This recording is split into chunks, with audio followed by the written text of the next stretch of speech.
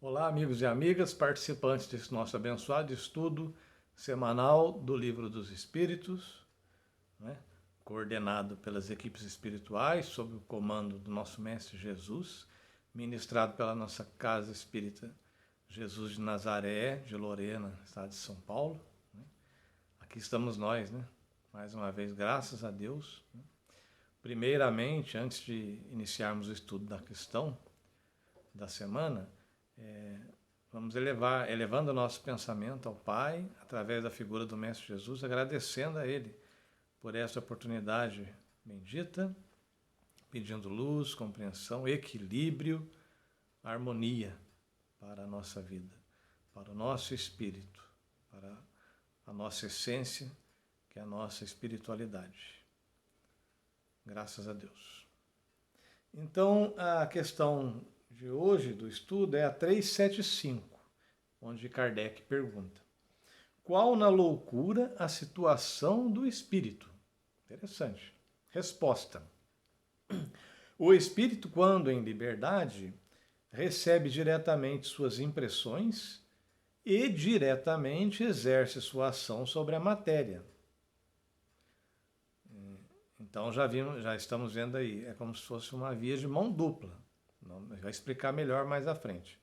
Encarnado, porém, aqui primeiro ele falou do espírito desencarnado, né? Encarnado, porém, ele se encontra em condições muito diversas e na contingência de só o fazer com o auxílio de órgãos especiais. Ou seja, nós encarnados, né, como momentaneamente estamos, nós temos limitações, né?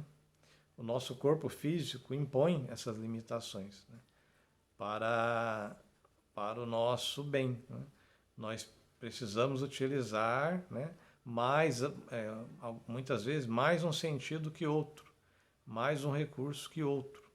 Algumas vezes, recursos que estão debilitados por razões que nós sabemos, né, tem a ver diretamente com ações nossas. Né? São a lei de ação e reação. Né? E também pela necessidade de determinada prova. Não necessariamente de um resgate. Às vezes é uma limitação que o próprio espírito pediu para que fique mais seguro no cumprimento de uma determinada missão. Né?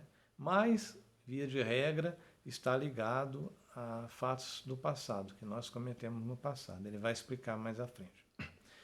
Ainda dentro da questão, altere-se uma parte ou conjunto de tais órgãos, e eis que se lhe interrompem, no que destes dependam a ação ou as impressões. Se perde os olhos, fica cego. Se o ouvido, torna-se surdo, etc. Imagina agora que seja o órgão que preside as manifestações da inteligência o atacado ou modificado parcial ou inteiramente. E fácil te será compreender que, só tendo o espírito a seu serviço órgãos incompletos ou alterados, uma perturbação resultará de que ele, por si mesmo e no seu foro íntimo, tem perfeita consciência, mas cujo curso não lhe está nas mãos de ter. Então, está falando aqui da nossa alteração cerebral, principalmente encefálica, né? Especialmente o cérebro. Uma pergunta embutida nesta mesma questão, letra A, 375A. Então, o desorganizado é sempre o corpo e não o espírito? Resposta: exatamente, mas convém não perder de vista que, assim como o espírito atua sobre a matéria, também esta reage sobre ele dentro de certos limites e que pode acontecer impressionar-se o espírito temporariamente com a alteração dos órgãos pelos quais se manifesta e recebe as impressões. Pode mesmo suceder que, com a continuação, durando longo tempo a loucura, a repetição dos mesmos atos acabe por exercer sobre o espírito uma influência de que ele não se libertará senão depois de se haver libertado de toda impressão material. Então, o que ele explica ali, mais diretamente, especificamente nessa 375A, né? Que, tendo em vista esse período encarnado em que o espírito, determinado espírito, passa ligado a um corpo com limitações que o caracterizam como um ser desequilibrado mentalmente, né? com um problema realmente mental, loucura propriamente, como ele disse ali, como nós falamos agora há pouco também, é uma via de mão dupla. O corpo também reage sobre o espírito, claro, né? Fica um determinado tempo ali, aquelas ideias desorganizadas. O que acontece? Após o desencarne, não é automaticamente, não é naquele momento que o espírito, agora desencarnei, já estou, recuperei meu equilíbrio, agora já não estou mais nesse corpo que me impedia de utilizar a razão, que me atrapalhava.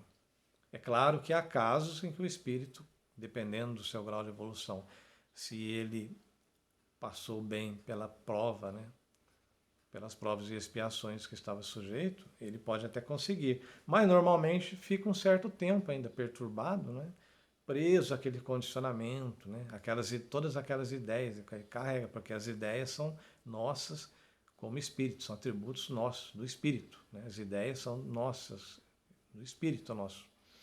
Então, o que acontece? Carregamos as nossas ideias conosco, não é? Sejam elas boas ou más. Ideias, vamos falar mais ainda sobre o pensamento. Né? Mais à frente eu vou ler o comentário do Kardec e vai esclarecer bem. Então, esse tema da loucura, na verdade, ele é um tema bem complexo, né? É interessante, precisaria de todo um estudo, né? No mínimo uma palestra, né? De alguém bastante capacitado, né? Que tenha conhecimentos, inclusive, das áreas, psiquiatria, a própria psicologia, etc. Né?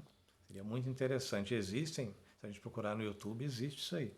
Mas aqui, de modo bem direto, bem resumido, nessa questão, os espíritos explicaram, né, a equipe de Kardec, a situação desses nossos irmãos que se encontram nesse quadro de loucura. Né?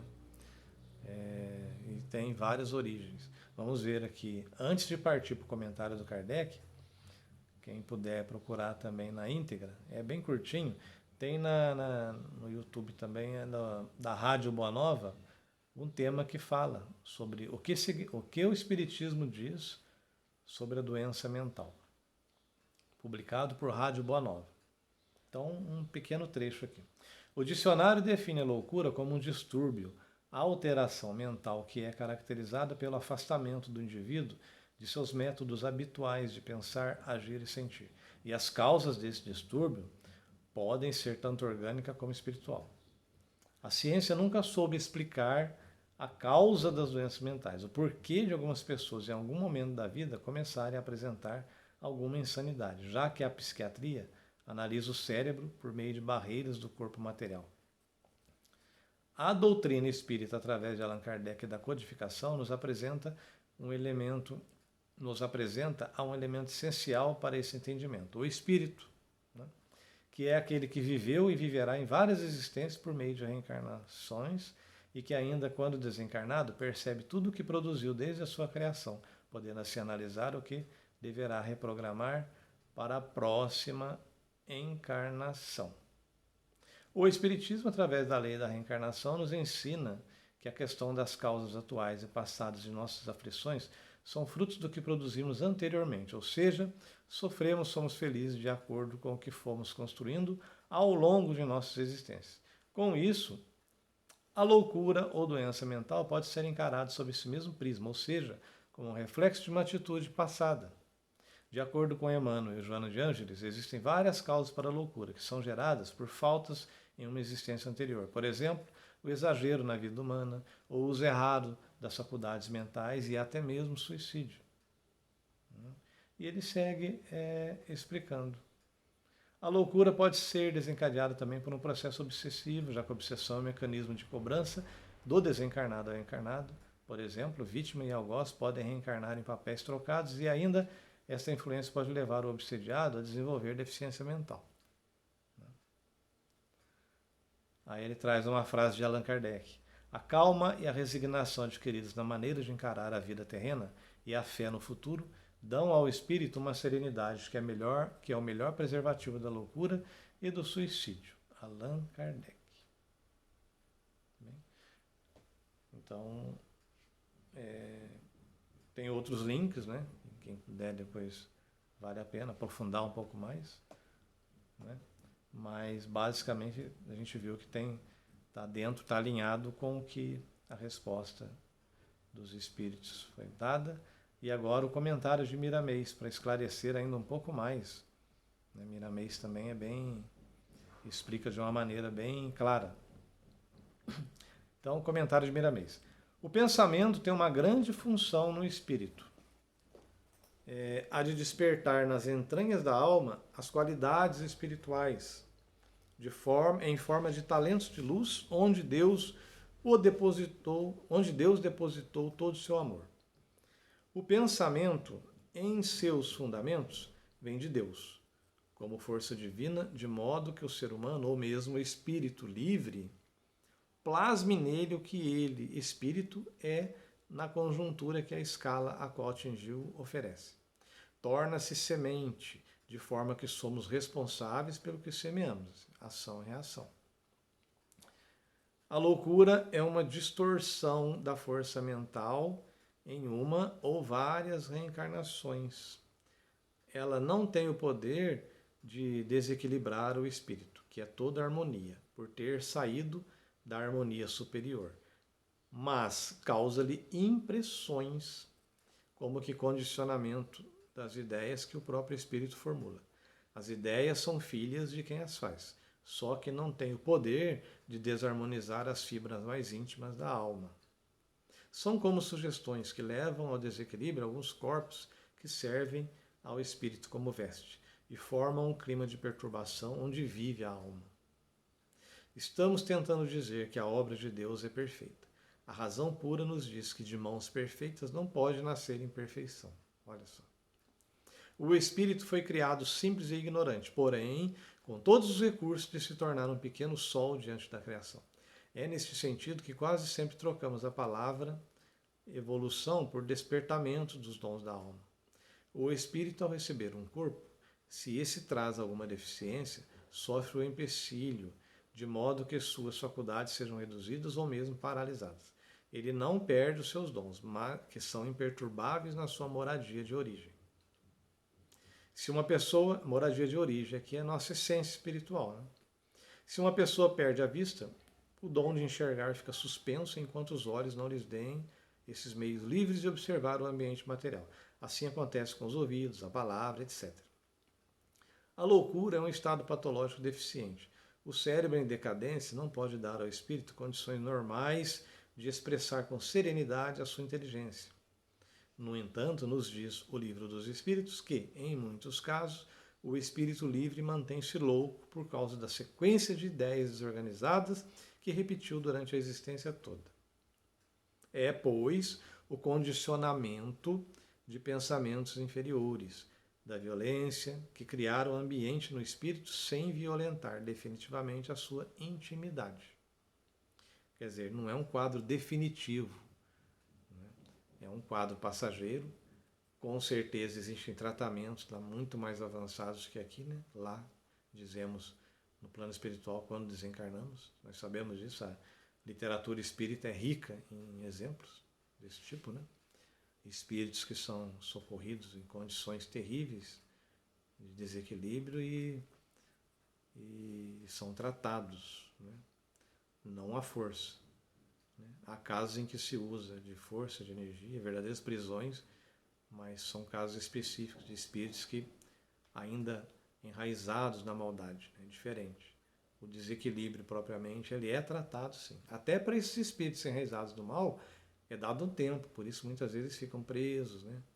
Essa prisão tem um sentido lá, né? Precisa de um tempo para que ele aos poucos vá se conscientizando, né? Dos seus atos, da consequência dos seus atos, etc. Enfim, é muito vasto realmente, né? Esse quadro de loucura ele tem digamos assim, vários níveis, né, de loucura, mesmo na condição de espírito desencarnado. Também pode o espírito reencarnar e dar continuidade à sua loucura, que nesse caso será puramente psicológico, visto que o cérebro físico mostra deficiência. São casos registrados pela própria ciência em alguns livros espíritas. Em todas as manifestações dessas doenças, o desorganizado é sempre o corpo, mas é bom que se compreenda que esse corpo tem certa influência na mente viva da alma, impressionando-a a ponto de mostrar enfermidades imaginárias. Essas são de fácil cura, principalmente pela doutrina dos espíritos, que fornece meios de limpeza dessas ideias chamadas fixas, em profunda sintonia com o Criador delas. O passe, a água fluidificada, as leituras elevadas e mesmo a conversação com irmãos de elevada postura espiritual são meios de tratamento de todas as enfermidades. De qualquer maneira, a loucura é uma provação dolorosa entre mentes, ninguém foi criado louco. Isso são consequências de caminhos agitados tomados pela alma, na sua ignorância, com menosprezo pelas leis de Deus. Sofremos por ignorar, e sofremos mais por conhecermos os caminhos da luz e escolhermos os das trevas. De qualquer modo, somos mais ou menos conscientes da vontade de Deus em nós. Todas as consciências são celeiros de luz dentro das almas.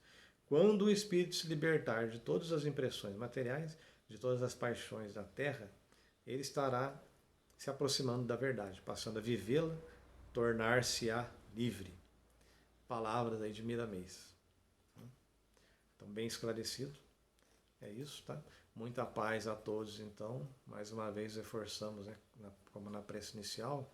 Agora, neste momento, uma prece simplesmente de agradecimento ao Pai pela oportunidade do estudo, né? Por nós podermos aqui estar participando, né? Orando por todos os nossos irmãos que por motivos diversos se não podem fazê-lo, né? Enviando as nossas vibrações para eles, para que recebam e fiquem bem fisicamente, principalmente fiquem bem no espírito, né? E pela nossa harmonia e nosso equilíbrio, como nós acabamos de ver aqui.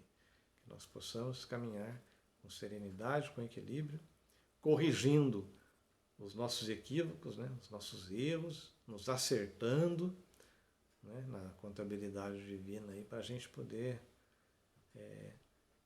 cumprir a nossa missão aqui. Muita paz a todos, Deus abençoe, uma ótima semana.